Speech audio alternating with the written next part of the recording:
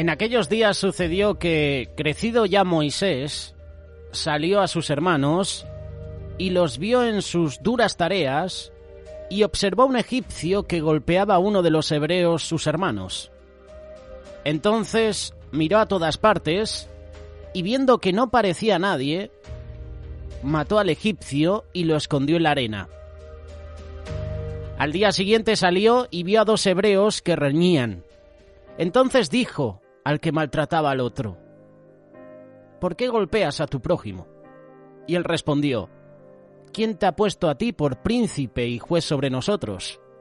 ¿Piensas matarme como mataste al egipcio? Entonces Moisés tuvo miedo y dijo: ciertamente, esto ha sido descubierto. Oyendo Faraón acerca de este hecho, procuró matar a Moisés, pero Moisés huyó de delante de Faraón y habitó en la tierra de Madián. Éxodo capítulo 2, versículos del 11 al 15.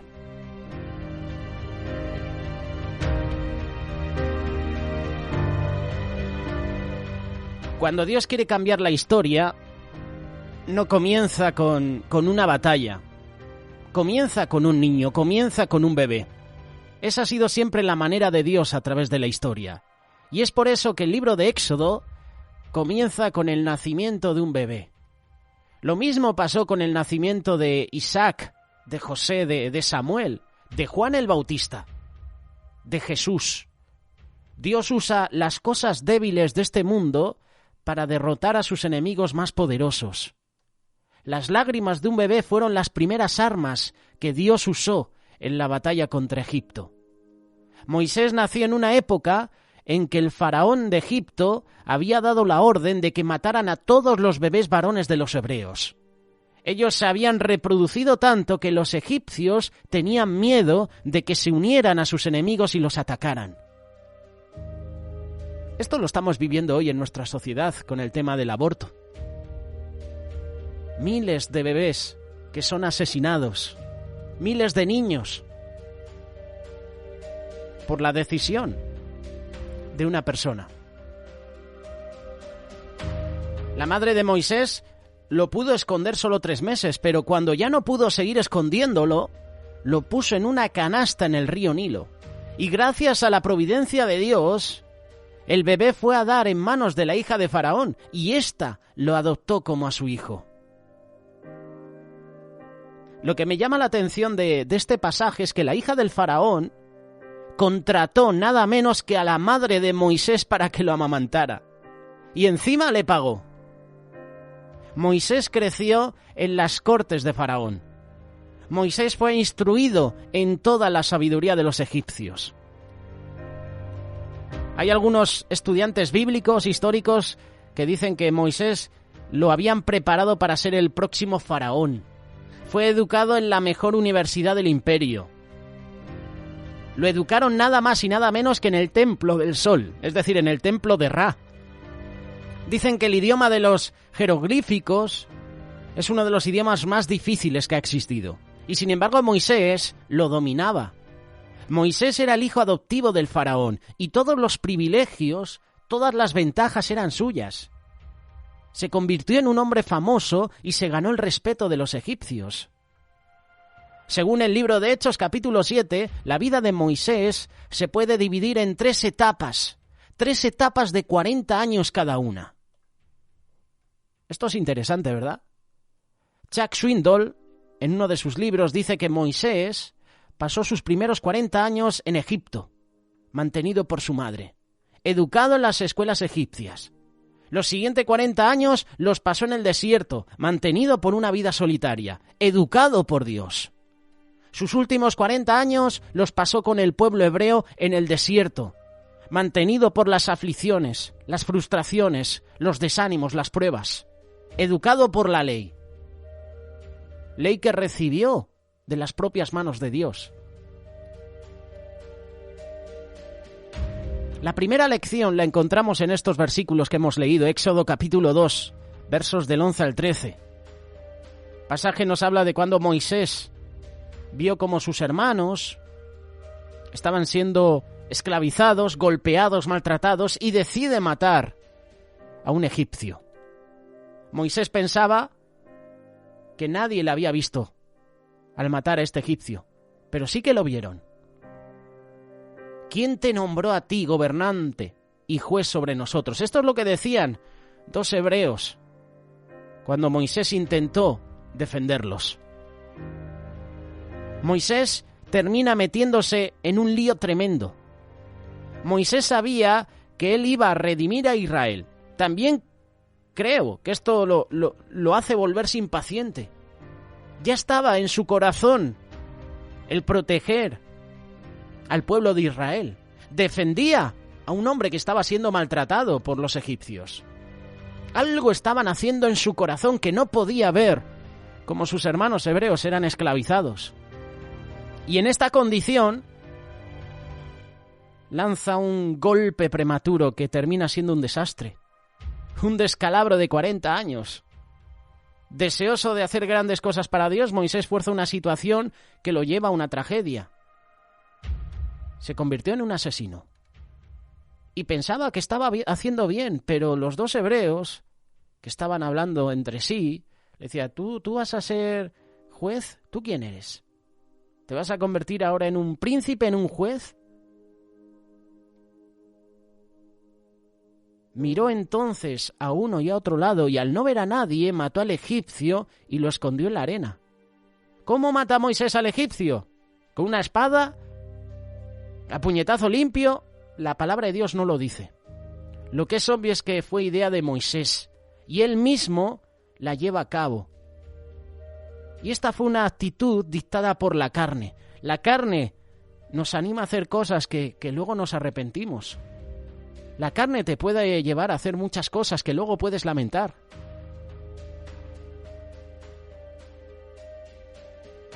El texto no nos dice que Dios le dijera, oye Moisés, deshazte del egipcio, como los videojuegos hoy en día, ¿verdad? No, es Moisés quien toma la decisión de deshacerse de él.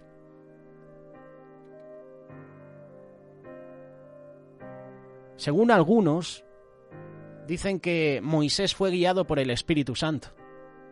Y esto me parece una tontería tremenda. Si esto hubiera sido del Espíritu, él no hubiera tenido que mirar a un lado y a otro. Además, el Espíritu de Dios nunca nos va a guiar a pecar. Eso va en contra de su carácter, en contra de su santidad. Así que ya destrozamos esta teoría de ciertas personas que dijeron que esto era plan de Dios. El que Moisés asesinara fue guiado por Dios. Mentira. Salió del corazón de Moisés. Yo pienso que Moisés era sincero en su motivación, que él realmente quería ayudar al pueblo de Dios. Pero ¿cuál fue el problema? Moisés no hizo la voluntad de Dios. Moisés se dedica a la voluntad de Dios y no al Dios a quien le pertenecía su voluntad. Tú y yo podemos estar tan dedicados a la voluntad de Dios, podemos estar tan motivados por un falso sentido de propósito que podemos, sin darnos cuenta, tomar cartas en el asunto, dejar a Dios completamente a un lado. ¿Te ha pasado esto alguna vez? A mí muchas veces. Y seguramente tú que nos estás escuchando a la hora de escoger un trabajo, por ejemplo, es el ejemplo que siempre ponemos con este tipo de reflexiones, pero es una gran verdad.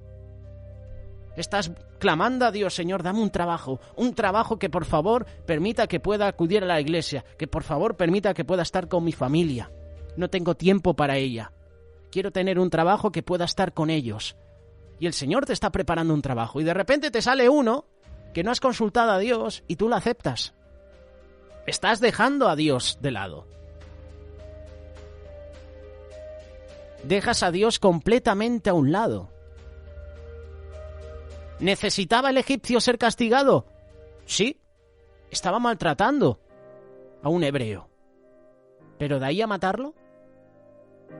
Moisés toma cartas en el asunto, motivado por la carne, no por el espíritu. El espíritu te va a llevar a hacer las cosas bien. La carne te va a hacer que hagas cosas malas. ¿Con qué facilidad les puede pasar esto a buenas personas, con buenas intenciones? pero que no están obrando según la voluntad de Dios. Imagínate, no sé, eres una profesora o un profesor de la universidad. Eres muy bueno, estás bien preparado, pero en esos momentos no tienes trabajo. Extrañas a tus alumnos, te encanta verlos cómo aprenden lo que les has enseñado. Y de repente te enteras que la universidad tiene una vacante. Y tú postulas a la vacante. Pero si no te tranquilizas, te vas a encontrar abriéndote paso a codazos hacia esa puerta abierta. Y a todo esto Dios había estado esperando que lo buscaras para que te guiara. Si tú actúas sin discernir el tiempo de Dios, es posible que pierdas las bendiciones de Dios. Esto también lo podemos aplicar a los noviazgos. Cuando el Señor nos dice, espera, tranquilo, llega su tiempo, no, nosotros queremos forzar la situación para que sea ya. Él no bendice lo que Él no ha ordenado. Puede que sientas que Dios quiere que hagas algo en cierta área, pero si no estás atento, si no estás al loro, si no estás pendiente, si no estás ante Dios todos los días buscando su rostro, leyendo su palabra, discerniendo su tiempo, puede que fuerces la entrada antes de tiempo. Puede que fuerces la situación. Y este asunto es crítico. Y claro, por supuesto que nos cuesta esperar los tiempos de Dios, porque los tiempos de Dios no son nuestros tiempos.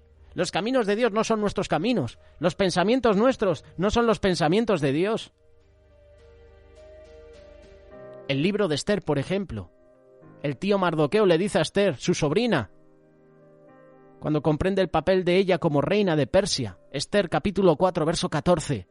¿Quién sabe si no has llegado al trono precisamente para un momento como este? El apóstol Pablo dice, hablando del nacimiento de Cristo, en Gálatas capítulo 4, verso 4 y 5, pero cuando se cumplió el plazo, cuando vino el cumplimiento del tiempo de Dios, por cierto, Dios envió a su Hijo, nacido de una mujer, nacido bajo la ley, para rescatar a los que estaban bajo la ley a fin de que fuéramos adoptados como sus hijos. Cuando se cumplió el plazo, cuando vino el cumplimiento del tiempo, los tiempos de Dios, en el tiempo correcto, hay bendición. Cuando esperas el tiempo de Dios hay bendición. Pero el tiempo incorrecto trae consecuencias como esta. A lo mejor no un asesinato como hizo Moisés, pero a lo mejor que fuerces situaciones y que al forzarlas se rompan. Moisés miró a uno y a otro lado. Moisés no mira hacia arriba. Moisés no consulta a Dios. No mira al cielo. Solo mira en dirección horizontal, a la derecha y a la izquierda. Pero se olvida totalmente de la vertical. Es decir, hacia Dios.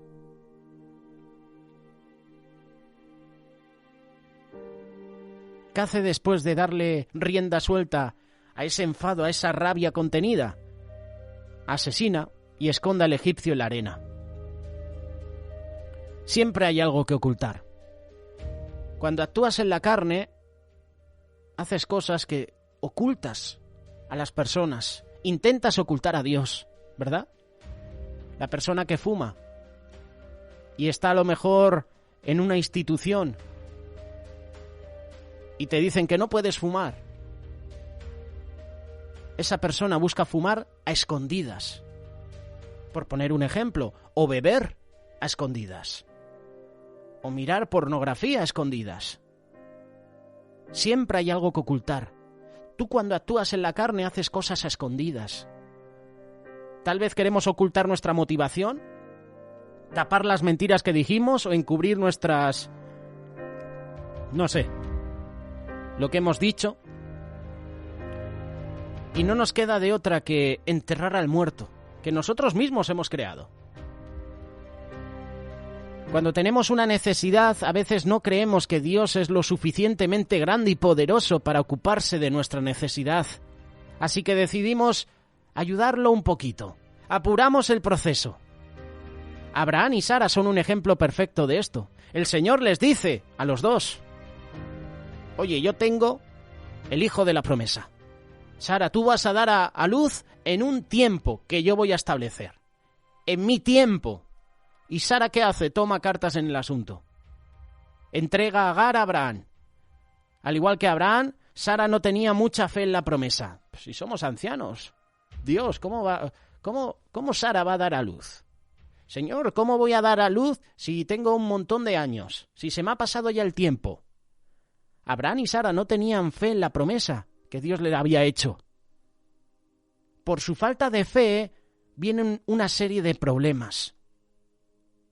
Invariablemente esto sucede cuando tomamos cartas en el asunto, cuando ignoramos a Dios, cuando tratamos de hacer que su promesa se cumpla por nuestro propio esfuerzo. Intentamos forzar a Dios a que haga nuestra voluntad. Y nunca lo vamos a conseguir. Nosotros nos tenemos que hacer a los planes de Dios, no que Dios se haga nuestros planes. Lo mismo nos puede pasar a nosotros. Abraham y Sara no quisieron esperar en Dios y como resultado se quedaron ensartados con un Ismael, que en esa época y hasta día de hoy le sigue haciendo la vida imposible a los hijos de la promesa. De Ismael viene el Islam, de Ismael vienen los enemigos del pueblo de Israel. Y a día de hoy siguen en guerra. Y lo mismo nos puede pasar a nosotros, lo mismo te puede pasar a ti, me puede pasar a mí.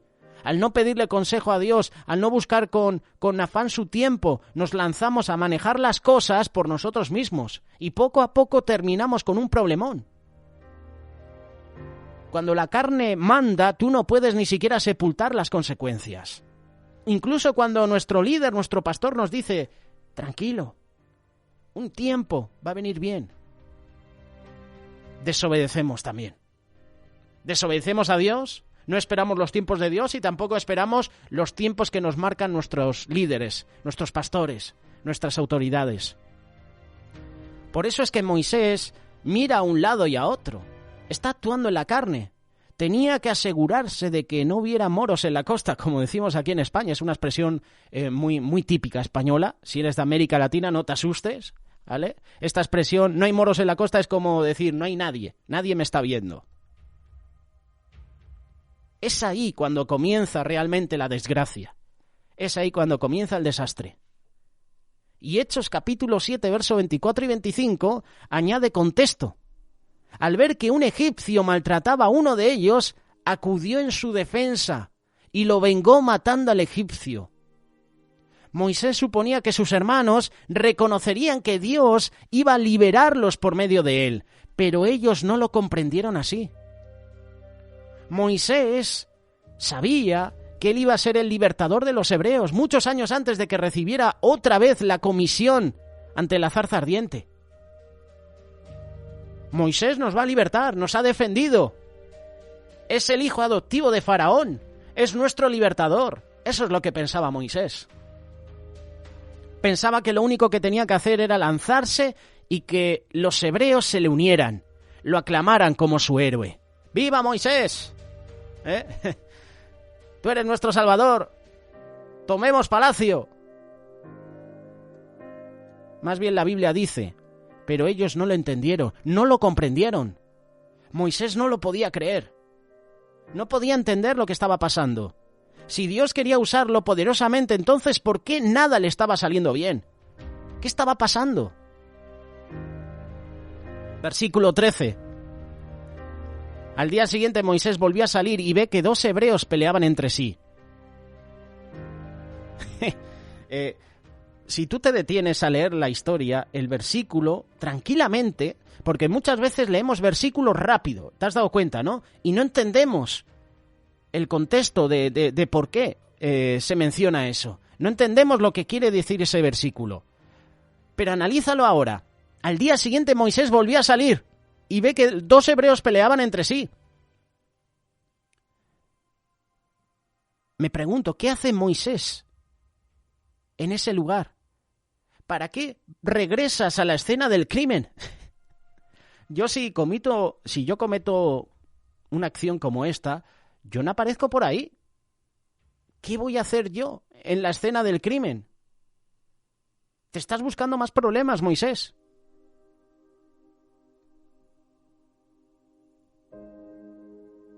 ve que 2 hebreos peleaban entre sí. Esto no era lo que Moisés había imaginado. ¿Te imaginas? Oye, hermanos, tranquilos, debemos mantenernos unidos. Pero estos 2 hebreos no querían escucharlo.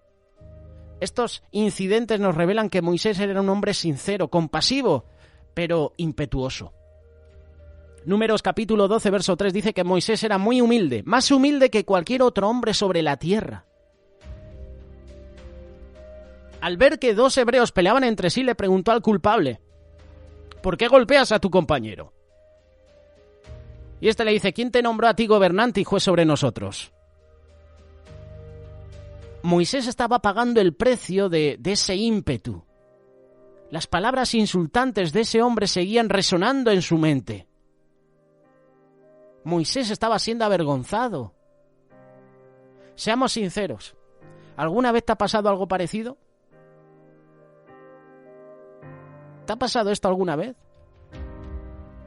¿Que has intentado defender una buena causa y de repente has salido avergonzado?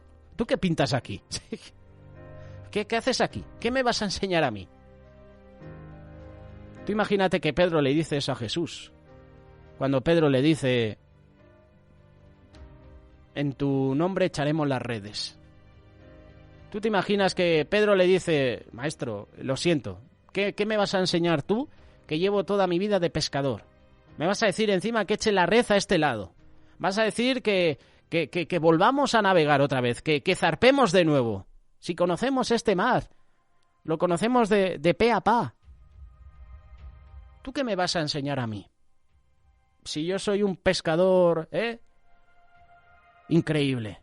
No, Pedro accede. Señor, hemos estado toda la noche intentando pescar algo, no lo hemos conseguido. Pero en tu nombre echaremos las redes. A veces intentamos hacer cosas buenas, pero salimos avergonzados. Aunque no queramos reconocerlo, las metas o anhelos que no son cubiertos en oración y no son llevados humildemente ante Dios, no sirven para nada. Si estás haciendo las cosas en tus fuerzas, en tu energía de la carne, vas a fracasar. Pero si tú confías en el Señor para que Él te indique cuál es el próximo paso, si tú esperas en Dios con humildad, Él va a abrir y va a cerrar las puertas necesarias. Y tú podrás descansar hasta que Él te diga: adelante. El semáforo ahora está en rojo. Detente. Ahora está en verde. Ya puedes ir. Sigue adelante. El versículo 14 dice que esto le causó temor a Dios, no, a Moisés. Perdón. Pensó: me han pillado. Ya se supo lo que hice. Y en efecto, el faraón se enteró de lo sucedido y trató de matar a Moisés. Pero Moisés huyó de Faraón y se fue a la tierra de Madián. De tenerlo todo a no tener nada. De ser el hijo adoptivo de Faraón, ahora tu padre adoptivo te quiere matar. Y es posible que tú también te hayas visto obligado, obligada a verte con consecuencias de ese tipo. Tu vida pasada puede haber sido un modelo de gran ambición, pero de poca sabiduría, de grandes deseos, de poco discernimiento, de grandes aspiraciones, pero de poca humildad, como dice Swindoll.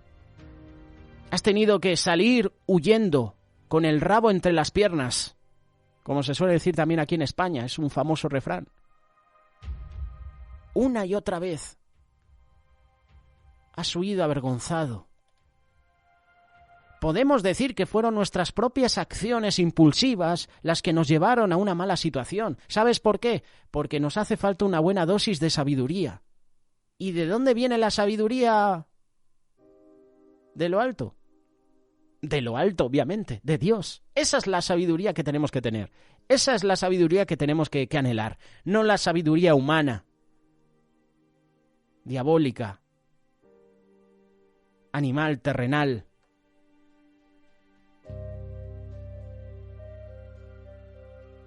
Necesitamos sabiduría. Fue uno de los lemas de hace unos años en uno de los congresos de Remar Internacional y todos los mensajes iban dedicados a la sabiduría. Tener sabiduría toma tiempo. Por eso es importante estudiar la palabra de Dios.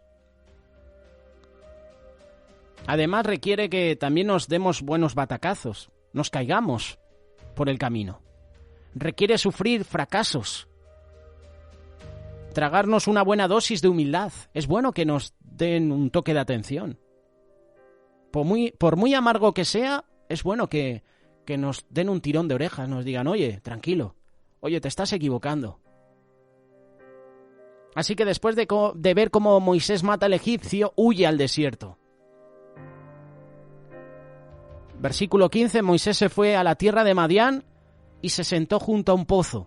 Éxodo capítulo 2, verso 15. ¿Te imaginas a Moisés huyendo por el desierto? Su ropa sucia, polvorienta, dándose tumbos a lo que caminaba por esa soledad.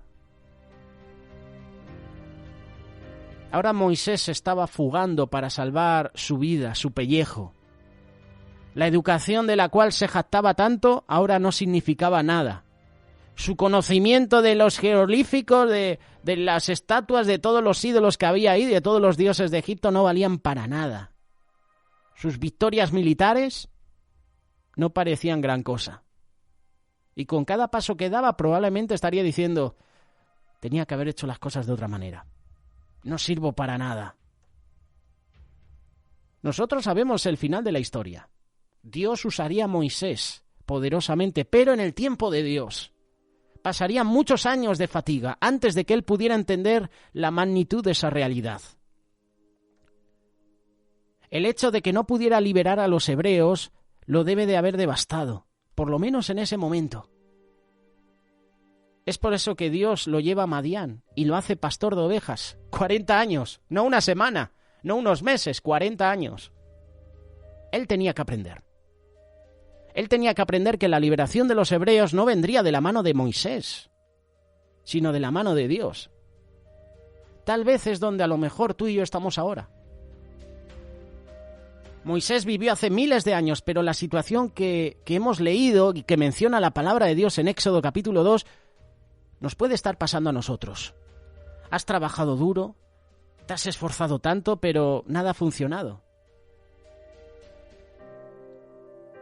¿Dónde se sienta Moisés? La palabra de Dios nos dice que se sentó junto a un pozo. ¿No te parece esto interesante? En un pozo. Se fue al desierto y se sienta junto a un pozo. Cuando nuestra vida, guiada por nuestras propias decisiones, por nuestra voluntad, se sienta, el pozo de una nueva vida está cerca. Hay personas que siempre tienen que estar haciendo algo. Quedarse sentadas va en contra de su propia naturaleza. Hay gente que no puede estar parada. Necesito trabajar, necesito moverme. No puedo sentarme. Me aburre estar sentado. Me aburre estar sin hacer nada. Moisés cae rendido. Tiene a su disposición junto a él un pozo, agua fresca para tomar. Hoy el Señor también nos está diciendo, siéntate. Deja de dar vueltas, deja de vagar por el desierto. Jesús le era necesario pasar por Samaria y se sentó junto a un pozo. Y ahí la mujer samaritana tiene un encuentro personal con Jesús. Ya hemos andado demasiado, hemos peleado.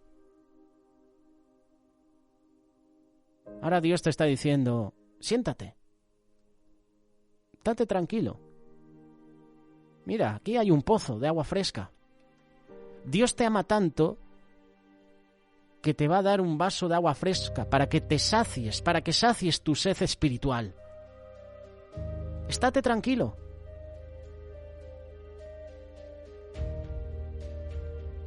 Salmo 46, verso 10. Estate quieta y reconoce que yo soy Dios. Estate quieto y reconoce, varón, que yo soy Dios. Estate quieta, mujer, y reconoce que yo soy Dios. Eso es lo que nos está diciendo en este Salmo 46, verso 10. Es tiempo de hacer eso. De detenernos, quieto parado, y de reconocer que Él es Dios. Nuestra valía está en Él, en Cristo. Le pertenecemos. Somos hijos de Dios. Dios quiere darte vida eterna. Dios quiere hacer algo grande en tu vida. Los primeros 40 años de Moisés fueron duros. Los siguientes también. ¿Y qué decir el final? Vaya vida más dura la de Moisés. Ha llegado el momento de estar junto a ese pozo, a tomar agua fresca. Él es la fuente de vida. Jesús es la fuente de vida que sacia nuestra sed. Es curioso que Jesús nos dice también que nosotros somos la sal de la tierra. ¿Por qué? Porque la sal produce sed. Es decir, que tu función y mi función es producir sed a los demás para que vayan a la fuente de vida que es Jesús. ¿Se entiende, verdad? La sal produce sed. La sal conserva los alimentos. Tú y yo somos la sal de la tierra para producir sed en las personas para que puedan acudir a Jesús, esa fuente de agua viva.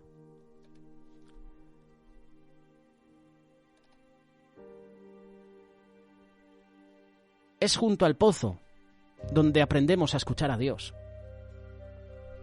Es donde viene el toque de atención a Dios, de Dios a Moisés. Deuteronomio capítulo 32, verso 10 nos dice que Dios protegió a los hebreos. Él los rodeó, los cuidó, los guardó como la niña de sus ojos. Si el Señor ha permitido que ahora estés en un desierto, es porque algo bueno va a hacer contigo. El desierto es el lugar precioso. Bueno, precioso, no tanto, pensaríamos nosotros. Pero es el lugar precioso donde las distracciones de la vida son silenciadas. Es en el desierto donde podemos escuchar la voz de Dios. Tu soledad en el desierto puede ser diferente a la mía. Y Moisés se sentía solo, se sentía abandonado. Su única compañía durante el día era un grupo de ovejas solitarias. Ya nunca más iba a poder regresar a la única tierra que había conocido.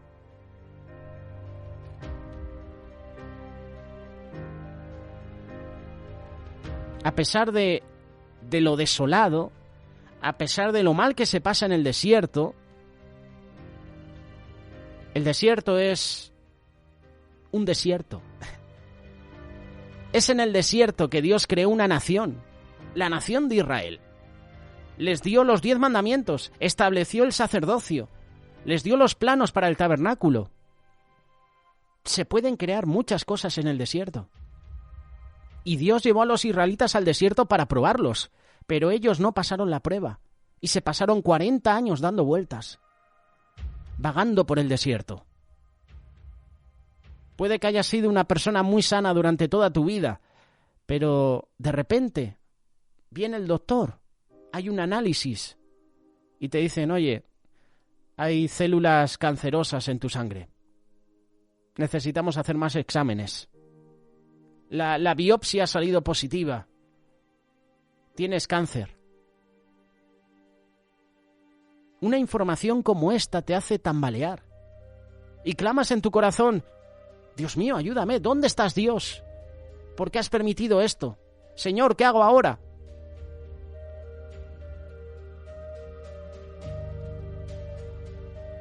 ¿Dónde está Dios? Es la pregunta que siempre hace la persona que ve cómo todo a su alrededor se desmorona. Estás en el desierto buscando anhelosamente escuchar la voz de Dios.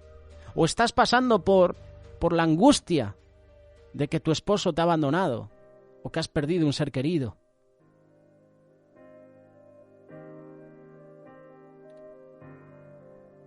Entrega tu vida a Cristo. Comienza a caminar con Él. Moisés, desde que empezó a caminar con Dios, su vida cambió por completo.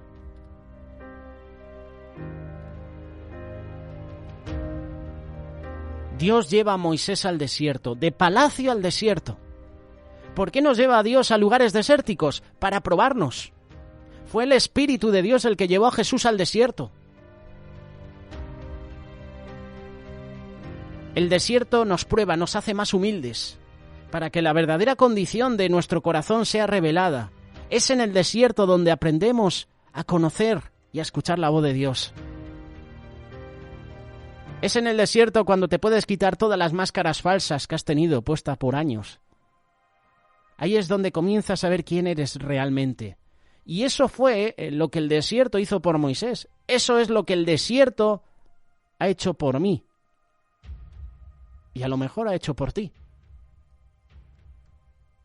El desierto nos hará más humildes. Nos mostrará nuestras fortalezas, pero también nuestras debilidades. Podrás verte a ti mismo como realmente eres. Y te digo una cosa, Jesús te ama.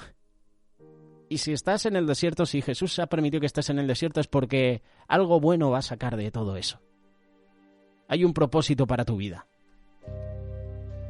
Cuando Jesús te saca de ese desierto, del dolor, vas a salir más fuerte. Tu fe se habrá fortalecido, tu relación con Dios se habrá hecho más íntima, más apasionada. Lo que Él ha prometido, Él lo hará. Ya no tomarás decisiones por tu propia cuenta como hizo Moisés cuando mató a ese egipcio. Dependerás totalmente de Dios. Él hará su obra. Los propósitos de Dios se deben hacer a la manera de Dios. Y cuando Dios hace la obra, no hay nada de qué arrepentirse, ni nada que lamentar. Así que anímate. Eclesiastés dice que hay un tiempo para llorar y hay un tiempo para reír. Y la segunda carta de Corintios, capítulo 4, verso 17, dice: pues los sufrimientos ligeros y efímeros que ahora padecemos producen una gloria eterna que vale muchísimo más que todo sufrimiento. Las pruebas tienen un propósito, el desierto tiene un propósito. El sufrimiento, la sequedad producen hermosura.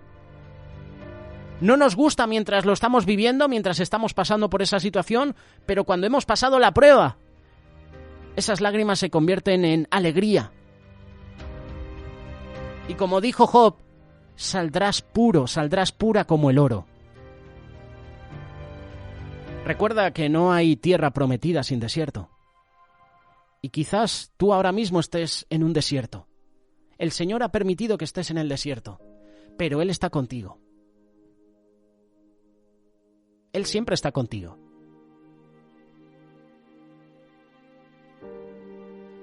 Déjate guiar por Dios.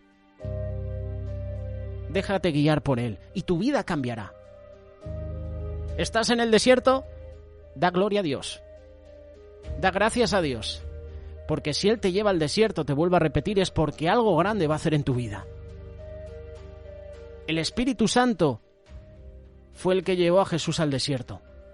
Fue el Espíritu de Dios el que llevó a Jesús al desierto. ¿Para qué? Para ser tentado. Es allí en el desierto donde Jesús fue tentado. Dice que cuando Jesús tuvo hambre, vino el tentador. No vino el tentador cuando Jesús estaba orando. No vino el tentador cuando Jesús estaba hablando con el Padre. No, vino cuando vino un momento de debilidad, en este caso físico. Cuando Jesús tuvo hambre, vino el tentador. El tentador siempre va a venir a tu vida cuando bajas la guardia. Pero si estás con Jesús y Jesús está de tu lado, que venga el tentador, que venga el mangui, como decía mi tío, estás con Jesús y nada malo te puede pasar. Él está contigo en tu desierto. Glorifica a Dios en medio de la prueba, en medio del desierto. Que Dios te bendiga.